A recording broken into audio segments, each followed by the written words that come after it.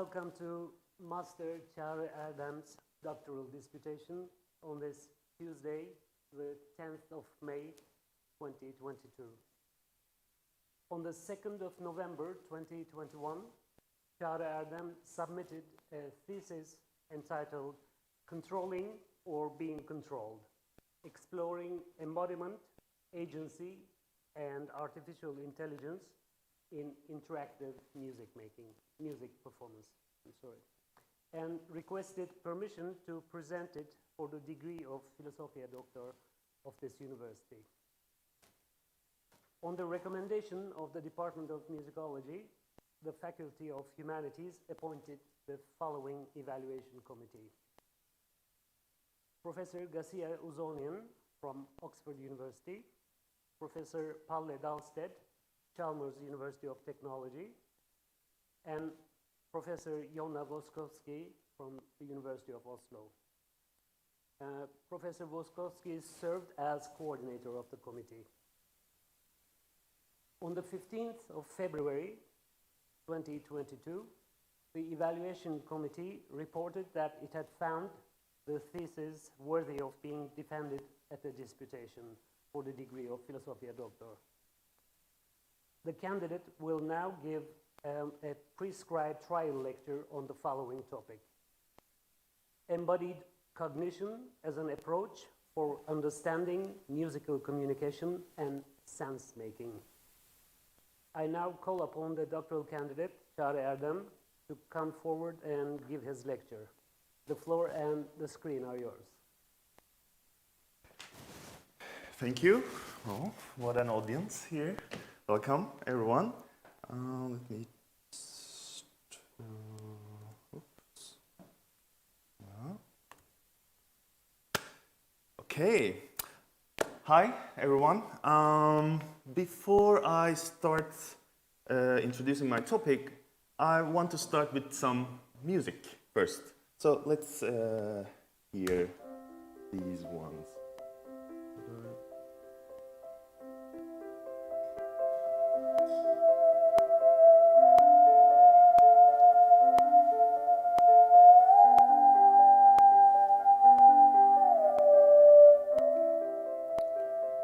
And another one. And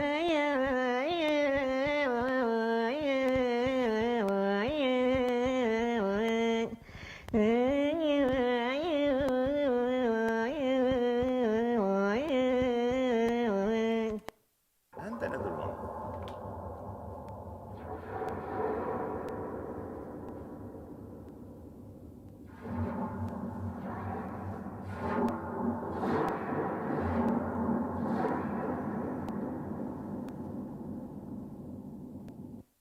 Could you guess the instrument? Have some ideas, maybe. Well, let me give you a hint. All were entirely acoustic, first of all, and there were not any audio effects or something. Well, the first one was a saw, just a saw, which is kind of acoustic equivalent of theremin. And the second one was a special vocal technique from Anatolia. Here you deliberately move your thyroid cartilage, like this, or Adam's apple, as it's known, to change the pitch. And the last one was a new instrument called Yay Bahar, which is a bowed string instrument that uses two-hand percussions and some relatively loose strings that propagate the bow's vibrations to create some delay and reverb. So perhaps you are surprised about finding out these or not, but many acclaimed researchers believe that there are some fundamental reasons that originate in the human body for what makes more or less expected regarding what you hear and then see afterward. So this brings me to the topic of my talk today. So hi again, good morning once again.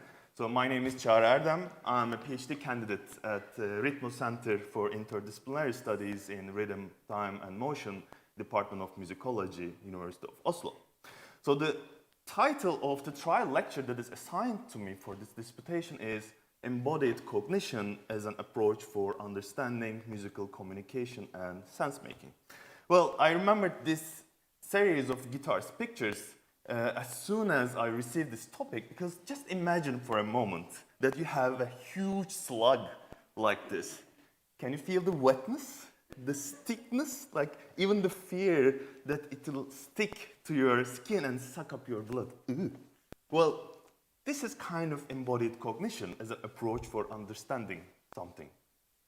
Okay, so coming to my assigned topic, as it can be obvious for some here, there are three building blocks. One is obviously embodied cognition, the other one musical communication, and the third one is sense-making. So therefore, I will plan my lecture today accordingly. First, I will give an overview of embodied cognition, its difference from classical perspectives and its impact. I will probably spend the bigger portion of time here as this will provide the main theme and main frame for the next topics. Then I'll go over different types of musical communication and particularly where and how the body becomes critical. Finally, I will link the musical communication into musical sense-making. How do we make sense of music and sonic arts in general, and what is the role or necessity of the embodied cognition in it? Okay, let's go. So, first, what is embodied cognition? But before that, let's look at the dictionary definition of the word cognition, because historically, the classic understanding of cognition is not really embodied, about which I'll tell more in the following.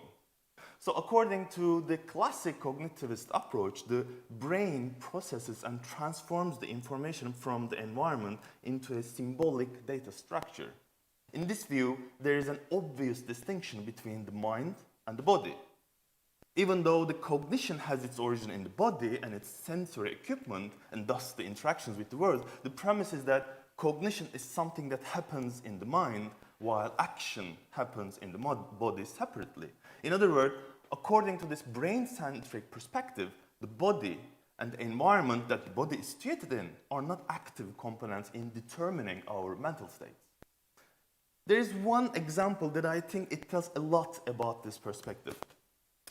In the famous story and movie Frankenstein, Professor Henry desires to create a human using some collection of human body parts and using some electrical devices. He still needs a brain for his creation. He sends his assistant Fritz to steal a healthy brain from the university. But Fritz accidentally damages that healthy brain and instead brings the brain of a criminal. And because of this corrupted brain of the criminal, the monster ends up being a mute and bestial. But then in one of follow-ups, our Professor Henry is dead now and his son maintaining his experiments, but Henry instructed his son to use a good brain this time, so that our criminal monster can become a good being this time. Well, this perfectly echoes how Descartes famously stated as "I think, therefore I am," which is the first principle of his philosophy. He argues that the essence of mind is the thinking, while the essence of body is an extension, and this implies a duality of corresponding substances, mental substance versus physical, mechanistic substance of the body. According to this, our minds and bodies are distinct, which reminds me, Krang from Ninja Turtles, if some of you remember, who was just a living brain in the body that is otherwise non-functional as Frankenstein. Shredder! Why haven't you completed my new body? But I have.